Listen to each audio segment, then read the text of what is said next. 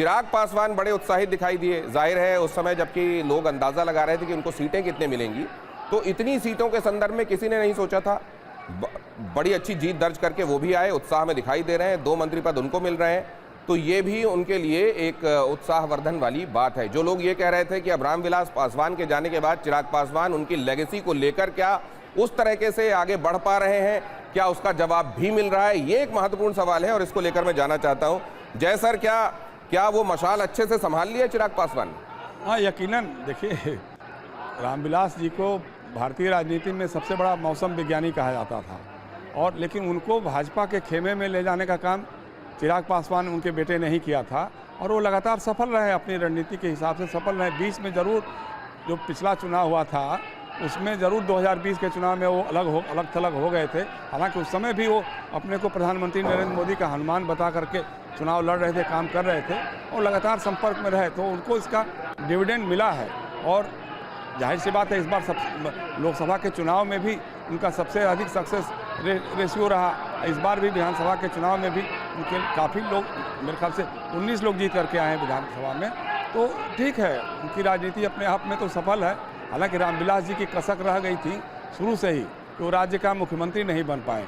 अब चिराग, हो सकता है चिराग में उम्मीदें बढ़ रही होंगी, लोग देख रहे होंगे दलित चेहरा के रूप में इस्टेब्लिश हुए हैं पासवान, खासतौर से पासवान समाज के बीच में हो रहा था कि पासवान समाज के लोग उनसे टूट रहे हैं, विलग हो रहे हैं, लेकिन चुनावी नतीजों ने साबित किया है कि पासवान समाज पे, दलित समाज पे चिराग पासवान की पकड़ बहुत मजबूत है और अभी अटूट है। जी अरविंद जी, अब एक बात और, कहा जा रहा है कि गंगा जी बंगाल के बाद वेस्ट बंगाल जाती, बिहार के बाद वो वेस्ट बंगाल, क्या चुनावी मिजाज भी क्या उसी तरीके से दिखाई देगा? देखिए, बंगाल की लड़ाई थोड़ी ज़्यादा अलग होती है और होती रही है अभी तक, और बंगाली समाज भी थोड़ा रिएक्ट अलग ढंग से करता है। जाति का जोर, कम्युनल जोर, इन चीज़ों से थोड़ा अलग है अब तक।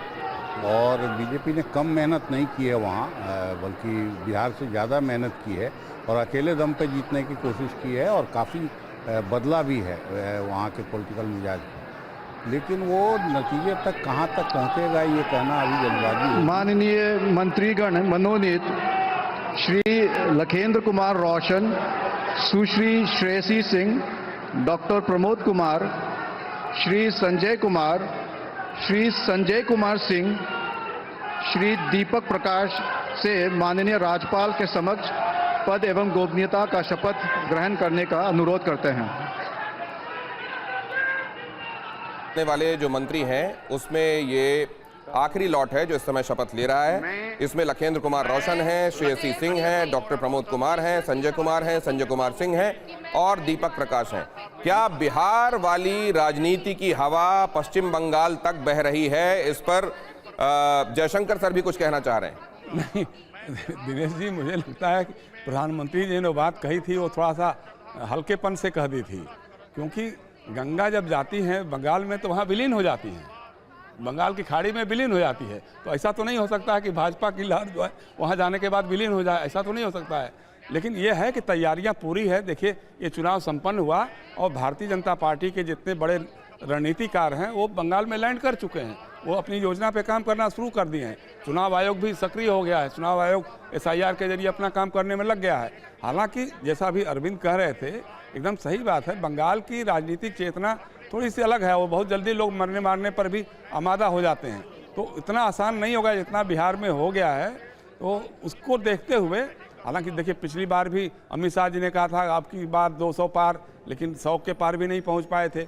अब इस बार कोशिश बहुत है लगातार, मतलब हम बता रहे हैं जैसे अभी रणनीतिकारों की ही बात नहीं है, बल्कि उनके छोटे छोटे कार्यकर्ता भी जगह जगह जाकर बंगाल में कैंप कर चुके हैं, बंगाल के विभिन्न जिलों में, इलाकों में अपना काम शुरू कर चुके हैं। तो इसको देखते हुए कोशिश इनकी पूरी होगी कि अगर बिहार जीत गए। देखिए, लोकसभा के चुनाव में 240 सीटों पर सिमटने के बाद भाजपा की रणनीति रही है, प्रधानमंत्री जी की रही है, हरियाणा जीता, महाराष्ट्र जीता, दिल्ली जीता, बिहार जीते और पश्चिम बंगाल भी अब जीते हो। ये उनकी कोशिश है, उनकी रणनीति का हिस्सा है कि जो कम हुई थी, लगा था कि करिश्मा अब ढलान पे हो रहा है, उसको कायम करने के लिए एक अश्वमेध एक तरह का जैसा उन्होंने शुरू किया है। तो हो सकता है कि कोशिश में वो बंगाल में उनकी रणनीति रहे। तो अश्वमेध का ये विजय का घोड़ा छूटा है, तो क्या ये पश्चिम बंगाल भी फतह कर लेगा? ये एक बड़ा सवाल है। अवधेश जी वरिष्ठ पत्रकार हमारे बीच बस कुछ ही देर में मौजूद होने वाले हैं। उन्होंने शुरुआत से ही, मैं उनके लेख पढ़ रहा था जब वो बिहार चुनाव के संदर्भ में लिख रहे थे, और वो ये इस बात पर जोर दे रहे थे कि जब लोग एंटी इनकम्बेंसी की बातें कर रहे हैं तो वो जिन जगहों पर जा रहे हैं वहां उनको प्रो इनकम्बेंट हवा समझ में आ रही है। और अब जबकि ये 2010 के बाद सबसे बड़े मैंडेट के साथ एनडीए यहां पर सरकार बना रहा है, आज नए चेहरे शपथ लेते हुए भी आपको दिखाई दे रहे हैं।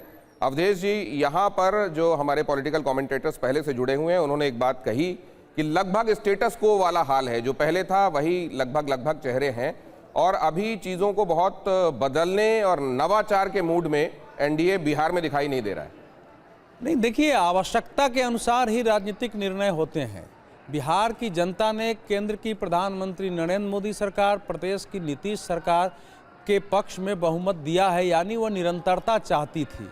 तो जब आप काम अच्छा किए हैं, फिर उसी में लोग सब जीत करके भी आए हैं, तो जाहिर है इसमें परिवर्तन की कोई संभावना थी नहीं, होनी भी नहीं चाहिए।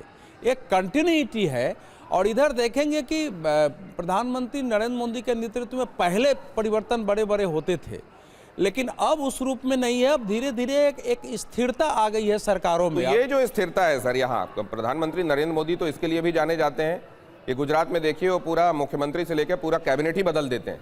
तो वैसे में आप ये कह रहे हैं कि जो चीज़ चली आ रही है अगर अच्छा हो रहा है तो उसमें स्थिरता आ जानी चाहिए, तो दूसरी जगहों पर ये लागू क्यों नहीं होता, ये भी मैं आपसे समझूंगा।